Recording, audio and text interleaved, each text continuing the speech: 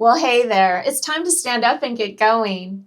Welcome to Sun Trippin' and this edition of Next Exit, where we explore Savannah, Georgia. We've wandered up the coastline of Georgia on Interstate 95 from Jekyll Island, arriving in Savannah, Georgia. Let's see what this beautiful city has to offer. God, this is cool. Okay, so it's Savannah. We've made it to Savannah. Never been here before, so this is very cool. What a neat little town.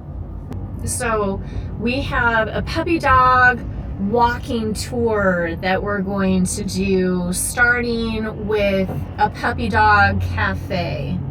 And so I need to find this puppy dog cafe because then they give out these little maps of the city. So I want to go see if I can find that. I was working with ChatGPT in doing the research and just trying to get an idea of I'm stopping here, I'm stopping there. What are some of the fun things that I wanted to see? And I had mentioned in the prompts that I was traveling with Little. And so this was the very first occurrence of ChatGPT making a suggestion that was specific to Little. And it had to do with Oliver Bentley's dog walking tour. And I was like, that's brilliant. That's absolutely brilliant. Yes, let's go do this. So that's what we did. And that's why the focus to start this off was around Oliver Bentley's. And so we went in and Little got treats and she got to meet puppies and we got our picture taken and it was ChatGPT that brought us over to Bentley's. And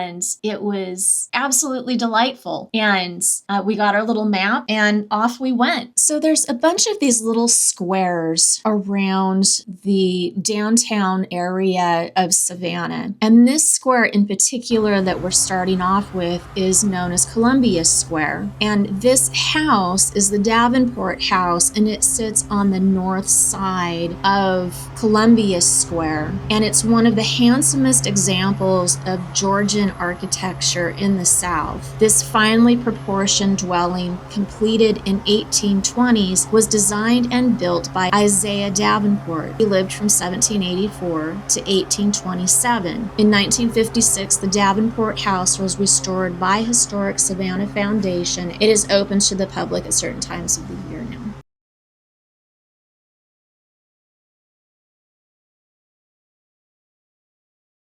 This is Oglethorpe Square, one of 6 original colonial squares. The Owens-Thomas House and Slave Quarters, which is an antebellum house, is located on the east side of Oglethorpe Square. In Savannah, the majority of historic homes use the name of the home's original family in addition to the most prominent family. It's interesting. Tabby is used throughout the home due to its durability, which was key in supporting the home's multi-level indoor plumbing system. The use of slave labor in the creation and implementation of tabby as a building material was common throughout the coastal United States, and it is imperative to recognize the contributions of enslaved people to the construction and development of Savannah. Tabby is a concrete-like mixture of sand, water, oyster shell aggregate, and lime. Enslaved people of African descent harvested and burned the oyster shells to produce the lime-rich ash used in tabby. And we remember that tabby was also used in construction of the fort in St. Augustine, and it was also used for the Horton House on Jekyll Island and other buildings, but those specifically from previous videos. Miss Little cooling down with a little ice cream from Oliver Bentley's.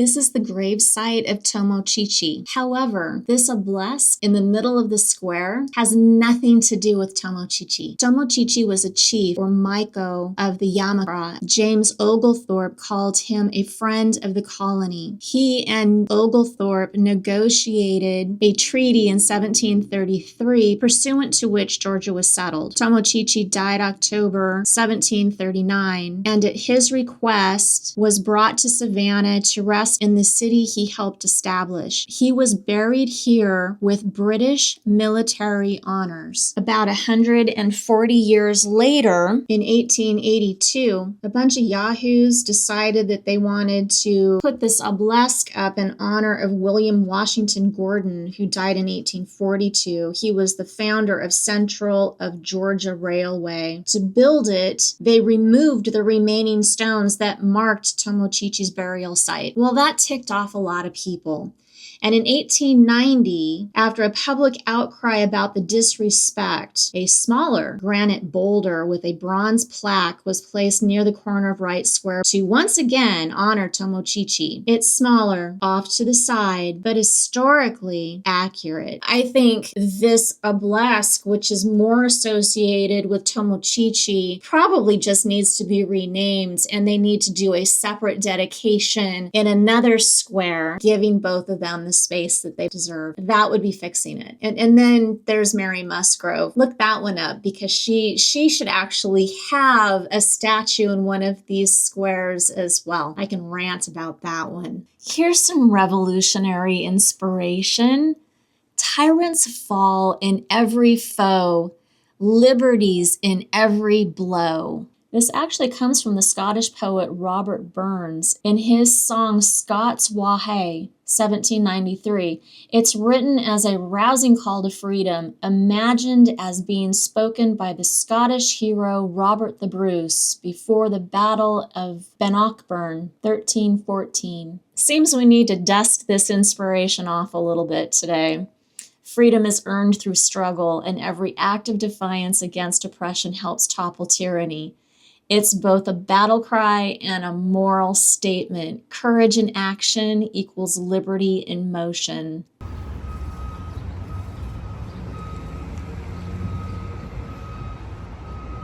This statue is dedicated to General James Edward Oglethorpe. And we remember Oglethorpe because he was actually prominent down in Jekyll Island as well. Now get a load of this. I mean, this is some fluffery. So this is what his monument says. Erected by the state of Georgia, the city of Savannah, and the patriotic societies of the state, to the memory of the great soldier, eminent statesman, and famous philanthropist, General James Edward Oglethorpe, who in this city on the 12th day of February A.D. 1733 founded and established the colony of Georgia. This is the Philbrick Eastman House, located in the Chippewa Square. It was built in 1847. It was once known as the finest home in the city.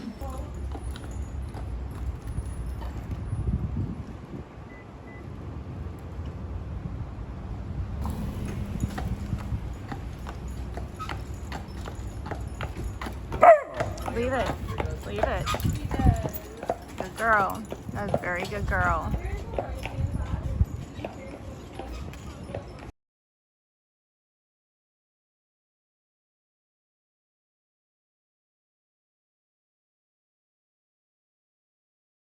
This is the Mercer Williams House. Construction began in 1860 and was interrupted by the Civil War. It was eventually completed in 1868. The house and carriage house are both constructed with deep rose-colored bricks called Philadelphia Reds.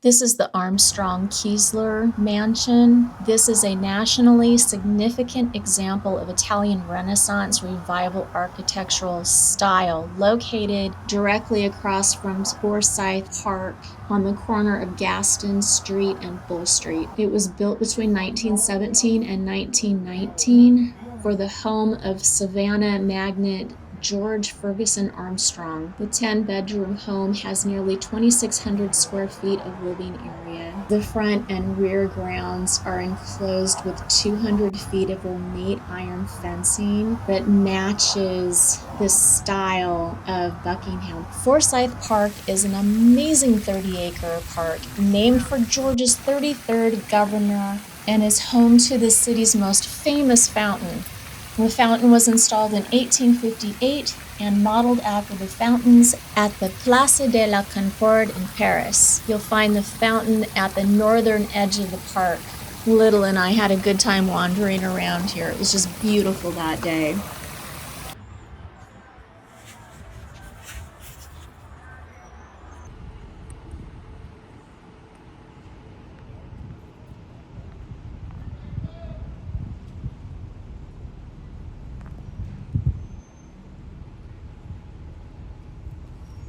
Building.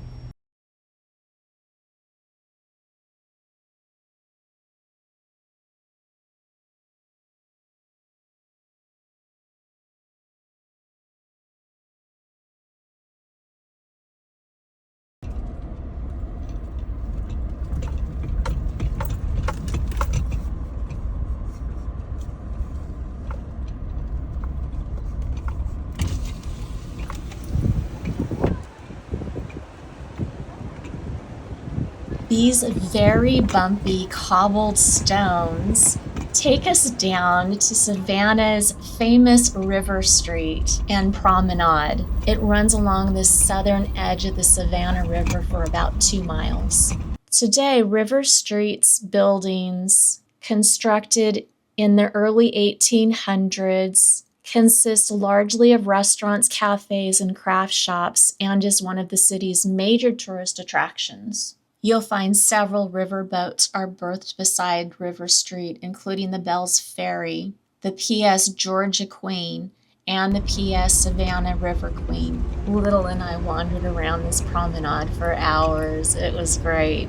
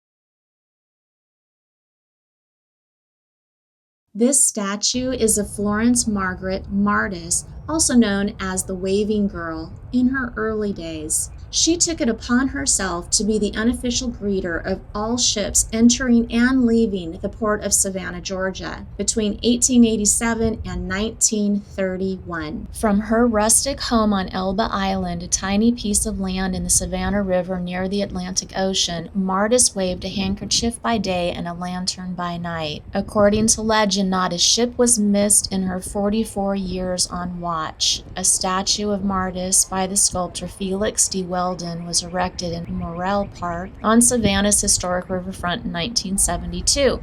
This is also the first memorial to a Georgia woman in any city park. Martis died on February 8, 1943, at the age of 74. 7 months later, on September 27, 1943, Liberty ship SS Florence Martis was named in her honor. And in 1999, the city of Savannah named its ferry service the Savannah Bells Ferry, after 4 of Savannah's notable women, including Florence Martis.